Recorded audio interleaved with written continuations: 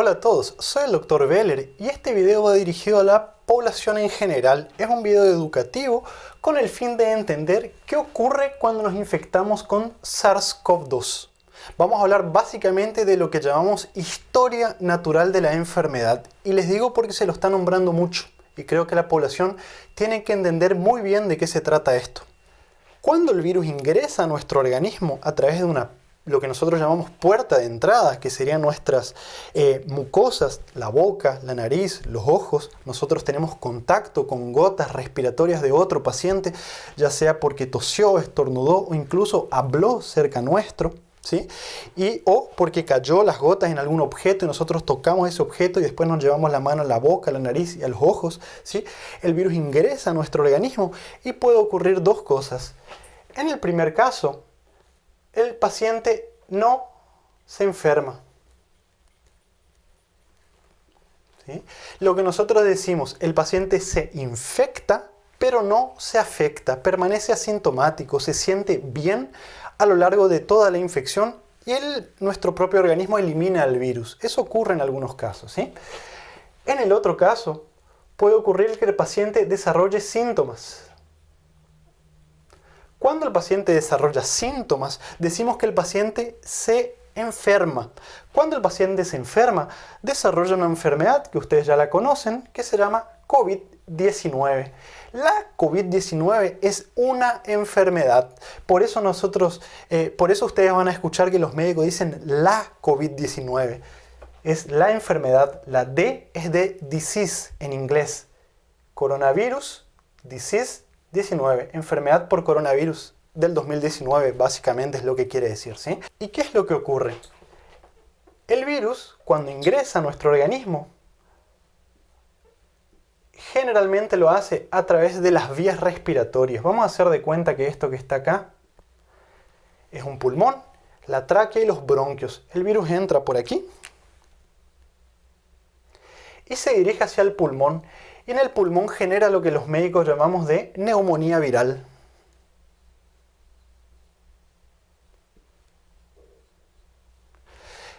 A partir de esta neumonía viral, el virus se va a diseminar, entra en los vasos sanguíneos del pulmón y el virus se va a diseminar a diferentes órganos, como por ejemplo el riñón causando insuficiencia renal, el corazón causando insuficiencia cardíaca, inflamación del corazón, el cerebro causando diferentes cuadros de alteraciones del sistema nervioso central, como decimos los médicos, ¿sí?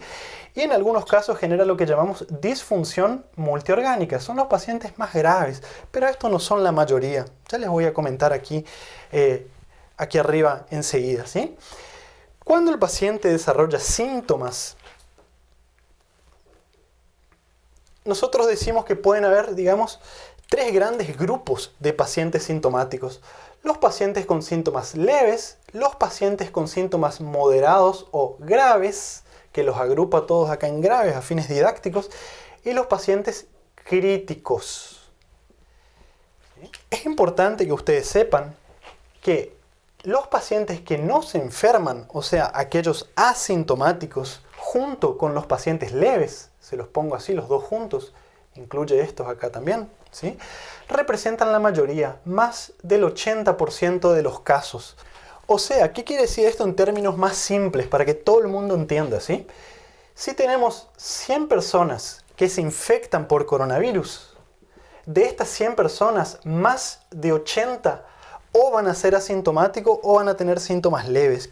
Ahora, si ustedes me preguntan, de este porcentaje, de este 80%, ¿cuánto corresponde a los pacientes asintomáticos en números, en porcentaje? No lo sé. Los estudios son muy variados. Algunos dicen que del total de pacientes infectados, 5% son asintomáticos, otros dicen que son 40%, otros dicen que son 50%. No lo sabemos todavía cuál es la importancia epidemiológica de esto. Ahora, estos pacientes con síntomas leves se van a curar de manera espontánea. ¿Qué quiere decir esto? No van a necesitar de una medicación específica para curarse. Su propio organismo va a eliminar al virus, va a generar defensas.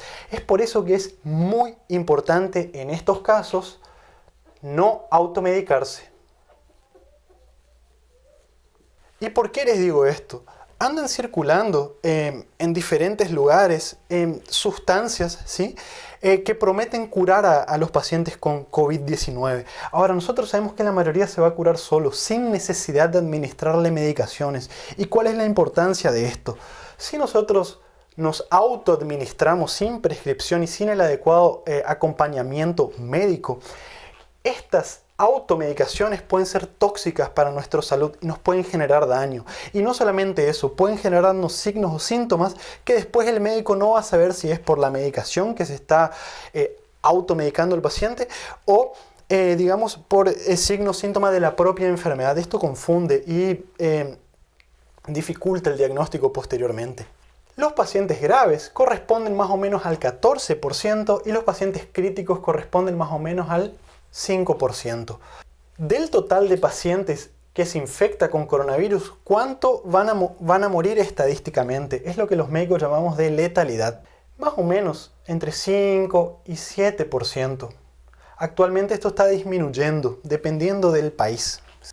A continuación, yo te voy a contar cuáles son los síntomas más frecuentes, cuáles son los síntomas que indican progresión de la enfermedad o enfermedad más grave, en lo que nosotros llamamos de signos de alarmas para que busques atención médica.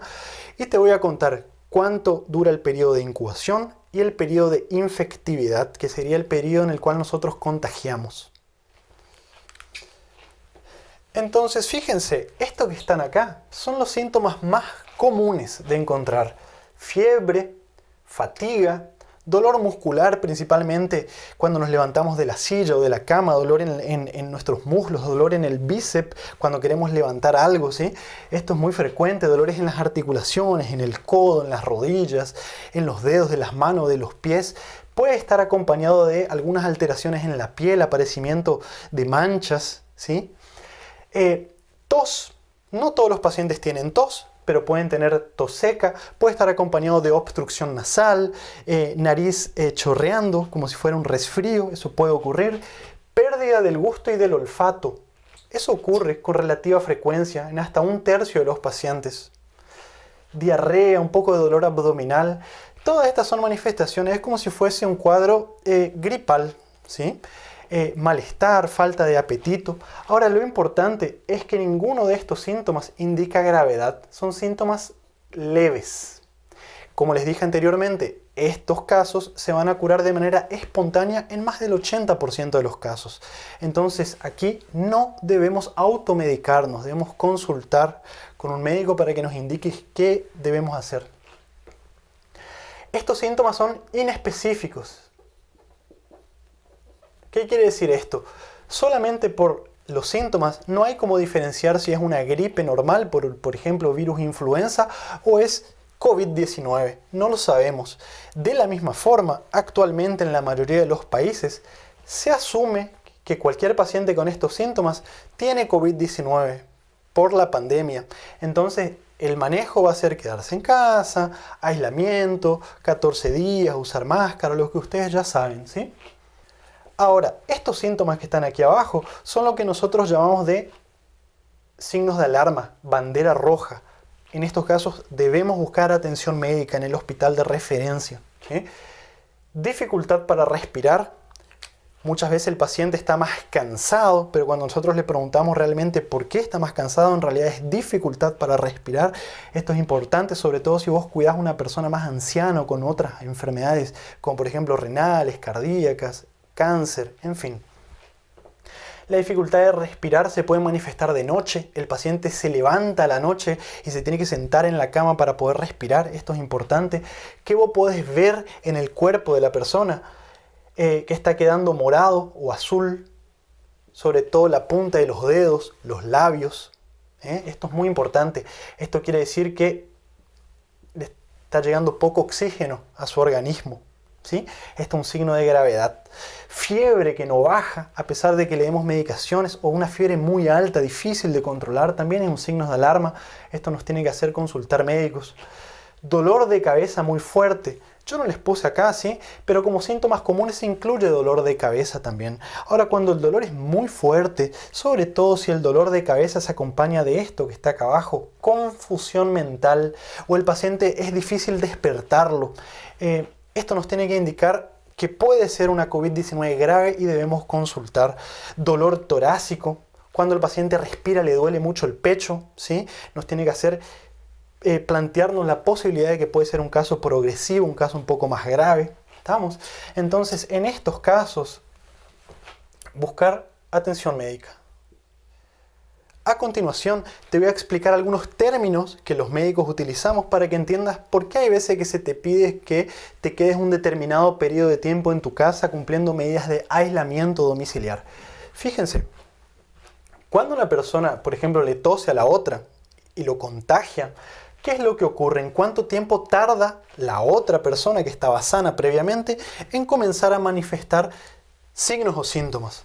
Bueno, más o menos 5% de las personas, ¿sí? 5% de las personas lo hace en el segundo día, ¿sí? O sea, alguien me tosió, después de 2 días yo puedo llegar a tener algún signo o síntoma, pero eso ocurre en la minoría de los pacientes, solamente en el 5%.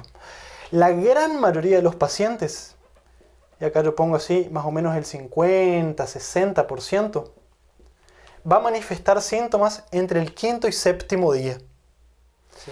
Ahora, lo más importante acá es que de los pacientes que muestran algún signo o síntoma, más del 95% de los pacientes lo va a hacer hasta el día 14. ¿Sí?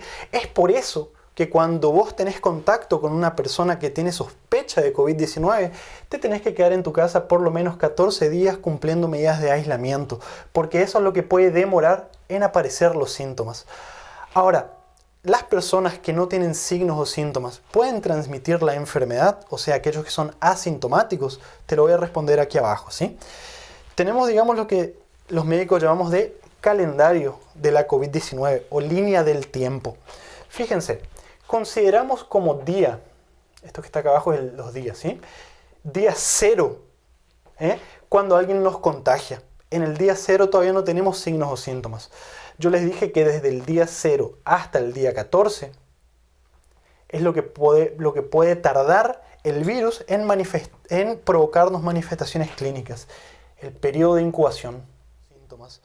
Cuando comenzás a tener signos o síntomas, comienza el periodo llamado periodo clínico o periodo de la enfermedad.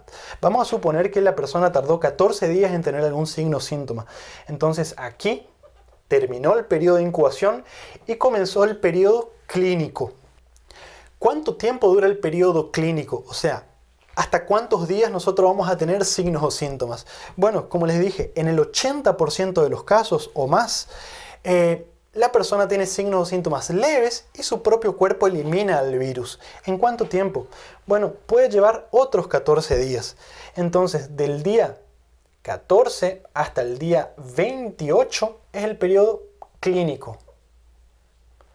En algunos pacientes menos que otros. ¿Tá? Esto en los casos de síntomas leves. ¿Estamos? O sea, principalmente sin falta de aire, como les dije anteriormente.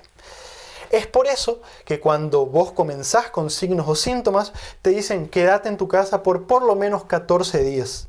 Y dentro de esos 14 días, dependiendo del país y del lugar donde estás, el médico te va a decir que marques nuevamente otra consulta, generalmente por telemedicina en los casos de síntomas leves, y que observes tus síntomas. Si tenés una fiebre muy alta que no baja, mucho dolor de cabeza, falta de aire, o las personas que vos cuidás, tenés un anciano cerca, digamos, él no se despierta fácilmente o tiene falta de aire, en ese periodo tenés que observar estos síntomas y llevarlo al hospital caso fuera necesario.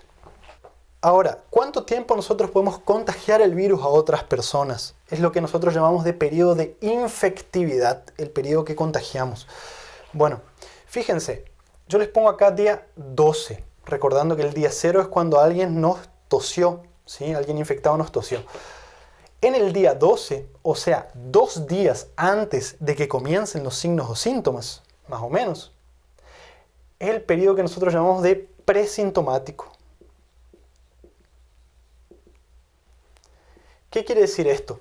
Una persona sin signos o síntomas, 2 o 3 días antes de comenzar a tener alguna manifestación, ya puede transmitir la enfermedad. Estos pacientes que son a veces llamados de asintomáticos que contagian, en realidad son los famosos presintomáticos. Ahora, ¿hasta cuándo el paciente contagia? Entonces, desde más o menos 2 días antes de tener signos o síntomas hasta más o menos 10 días desde el inicio de la enfermedad, ¿sí? Más o menos 10 días. Este es el periodo de infectividad. Para que quede un poquito más claro, ¿cuánto tiempo la persona contagia? Más o menos 10 a 12 días. Comienza a contagiar 2 a 3 días antes de que tengamos signos o síntomas y en la mayoría de los casos que evolucionamos de manera leve, o sea, sin signos de gravedad, el paciente para de contagiar más o menos a los 10 días, 10, 12 días, dependiendo de los casos, siempre y cuando el paciente tenga síntomas leves. Ahora, este periodo de infectividad puede variar dependiendo del paciente.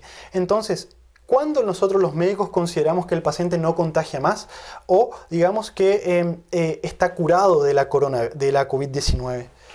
Bueno, nosotros vamos a preguntar básicamente 3 cosas y esto puede variar según el país, pero es un resumen, ¿sí? El paciente tiene que tener por lo menos 10 días del inicio de los síntomas, o sea, el periodo clínico por lo menos 10 días. El paciente tiene que tener mejora de los síntomas, o sea, mejora de la tos, mejora de la obstrucción nasal, mejora del malestar, se está alimentando mejor, ¿estamos? Y además, el paciente no tiene que tener fiebre, o sea, afebril, hace por lo menos 72 horas. 3 días sin fiebre. Si tiene estos criterios, nosotros consideramos que el paciente no contagia más. Ahora, como nosotros todavía estamos aprendiendo de esta enfermedad, a pesar que el paciente tenga todo esto acá, nosotros le pedimos que mantengan el aislamiento domiciliar por lo menos 14 días para tener una seguridad mayor que el paciente no transmite la enfermedad. Esto es lo que nosotros llamamos historia natural de la enfermedad y ocurre con la mayoría de los pacientes que se infecta con coronavirus. Como les dije anteriormente, 80% o más de los pacientes infectados o va a ser asintomático o no va a tener signos o síntomas de gravedad y se van a curar de manera espontánea, su propio organismo va a eliminar el virus. Es muy importante en este periodo que sepas reconocer cuándo la enfermedad está progresando para más grave y sepas cuándo buscar atención médica. Cuidado con la gente que promete cura de la enfermedad con sustancias mágicas o milagrosas. Eso no existe, ¿sí? Es tu propio organismo que en la mayoría de los casos va a eliminar al virus. Tomes agua milagrosa o sin agua milagrosa. Ahora, muchas veces esas sustancias llamadas de mágicas o milagrosas tienen un potencial tóxico importante, ¿sí? Entonces, por favor, no te automediques. Espero que el video te haya gustado. Y nos vemos muy pronto para más material. Van a ver más videos dirigidos especialmente para la población en general sobre el coronavirus. En el próximo les voy a hablar sobre el tratamiento y las opciones que tenemos actualmente y sobre todo cómo manejar las medicaciones de uso crónico de los pacientes, por ejemplo con hipertensión, diabetes, enfermedades cardíacas, enfermedades renales. Nos vemos muy pronto con más material. Comparte este material y déjame tu comentario para saber qué te pareció el video. Chao, chao.